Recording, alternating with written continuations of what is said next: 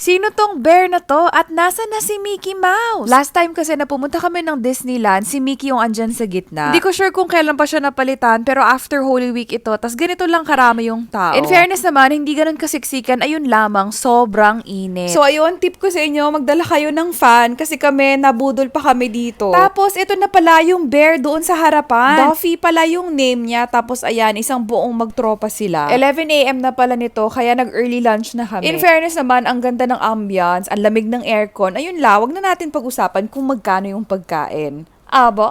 Ang cute rin pala, may touch ng Mickey Mouse yung mga pagkain. Like, ayan, yung butter, Mickey Mouse yan. And syempre, hindi pwedeng mawala ang coffee. Tara, kain tayo. After namin kumain, paglabas namin sa resto, sakto naman, naabutan namin yung marching band. Natuto na pala kami sa Ocean Park experience namin. This time, maaga namin sinilip yung schedule ng shows. Ayun nga lamang, na-sidetrack kami. Nakita kasi namin si Judy. Tingnan nyo naman ng lashes. Very on flick. Abao. Super happy nga ni Kitty kasi napanood niya na yung Zootopia, so familiar na siya kay Judy. Actually, ang ganda nga ng age ni Kitty, which is 3 years old, kasi kahit papano, familiar na siya sa mga Disney shows. Nung last time kasi na nag-Disneyland kami, 2 years old pa lang siya noon, so hindi pa siya masyado familiar sa mga characters. By the way, ito na nga pala yung Lion King na show, and isa to sa mga dapat nyong hindi ma-miss out pag pumunta kayo sa Disneyland Hong Kong. Tuwang-tuwa si Kitty sa music at saka sa animals, and lumapit sa amin yung cast.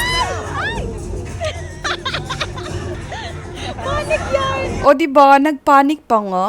Abaw. Ayun lang tip ko, dapat mas maaga pa kayo ng konti para makapili kayo ng seat kasi tulad nito, may railing sa side namin. Although okay lang naman, na-enjoy pa rin namin yung show.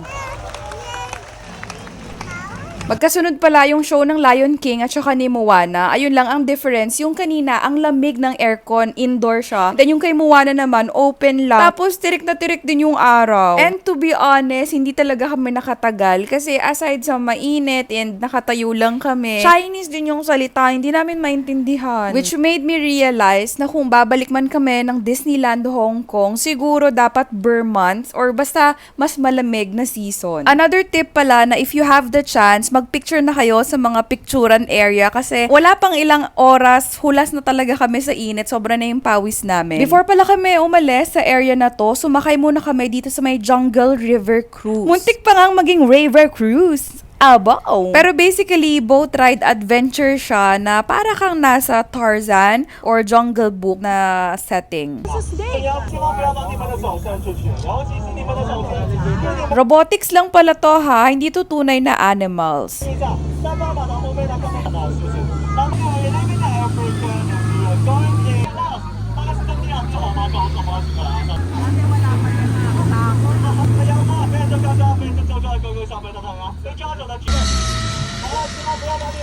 Sa volcano.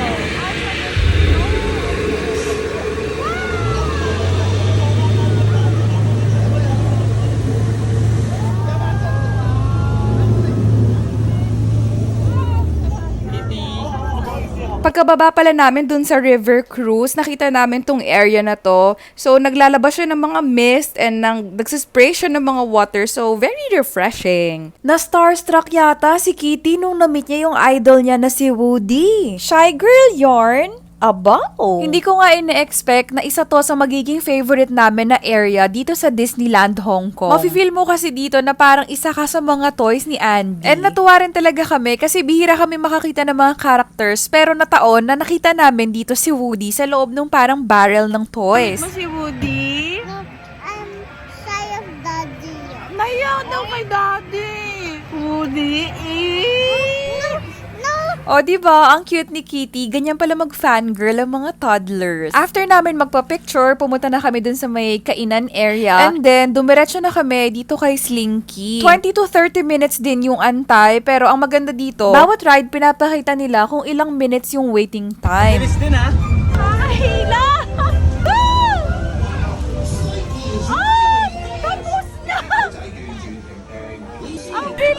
Nagulat lang ako na sa tagal ng inantay namin, 5 ikot lang pala to. Abaw! Pero tong area na to, masasabi ko na mas pangbata din talaga siya. Ito, dahan-dahan lang yung pagbaba niya. Sumakay nga dyan yung mga pamangkin ko. After namin dito sa may Toy Story Land, dumaan muna kami sa may gift shop. Tapos nakita namin to si Forky. Ang cute pala nito, meron kasi siyang kasama na parang magnetic disc na pwede mong ipatong sa shoulder. So parang nakaupo siya sa shoulders mo. Kung napanood nyo yung Disney on Ice namin, ito rin talaga yung pinaka-favorite ni Kitty na character, si Forky. Yung nagtatago siya sa may trash can. Anyways, dumaan nga pala kami dito sa parang Wild West na area. Although wala namang kaming na-ride kasi tulog na si Kitty. Kaya ko rin nasabi na kapag meron kayong chance, mag-picture na kayo kasi ito kami nung morning, o diba? Sobrang fresh pa namin. Pumunta na kami nito sa Disneyland Hollywood na hotel, kaso wala pa yung room namin, hindi pa ready. Kaya iniwan lang muna namin yung mga luggage and then pinapabalik kami by 3 p.m. So nung time na nakatulog na si Kitty, sakto naman na around 3 o'clock na yon, kaya bumalik na kami dito sa may hotel. So tara, room tour na tayo. Fun fact pala, 3 yung type ng hotel dito. So itong in-stayan namin, Disneyland Hollywood yung tawag dito. Among the 3 hotels, ito rin yung pinakamura. So mas mahal dun sa pinaka-main,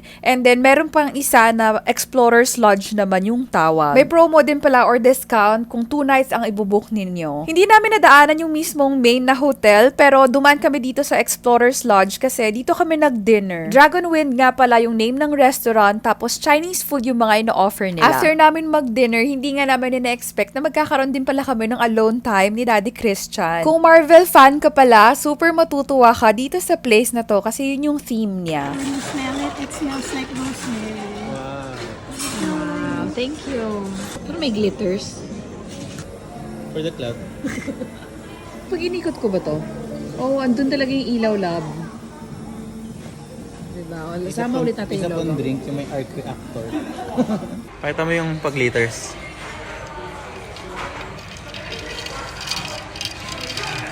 Masandot ka ng tanglad.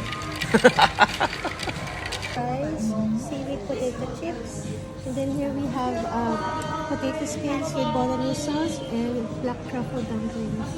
We recommend po that you shake the bag Oh, wow. of chips before you open it. Thank you. Angatin mo. Tinan, patingin mo sa cam. Ano daw to? Salted egg? Ay, iba yun. Tignan mo. Ala siya. Heart cream.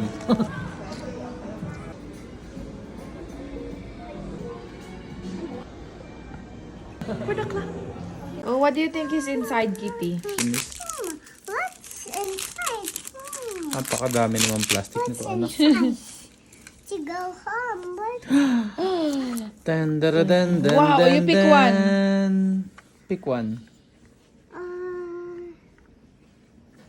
this. This one? Okay. This. It looks like a Lion King. Huh? What's that, Daddy? Ano yan? It's Emperor Zurg! Wow! The enemy of Buzz Lightyear.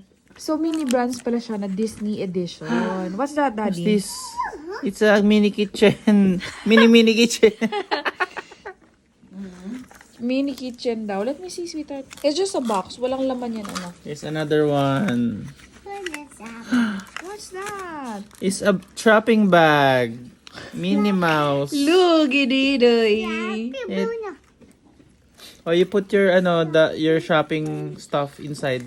Yeah, yung mga binili mo. Something. I think default na may ganito. Oh, you put it there. Oh, you put all the toys inside. There you go. Hello, Gididoy. Dalawa na lang. Oh, There's 2 more. tatlo. Tatlo na nga naman. Who's this? Tadaan! What's that? It's Sully from Monsters Inc. What's Sunny? What's Yeah. the monster's end? Sully. Sunny. And there's one last one. Whoa. It's actually Aww. Star Wars. Anticlimactic. That's all. Thank you. I'll put it all in the bag.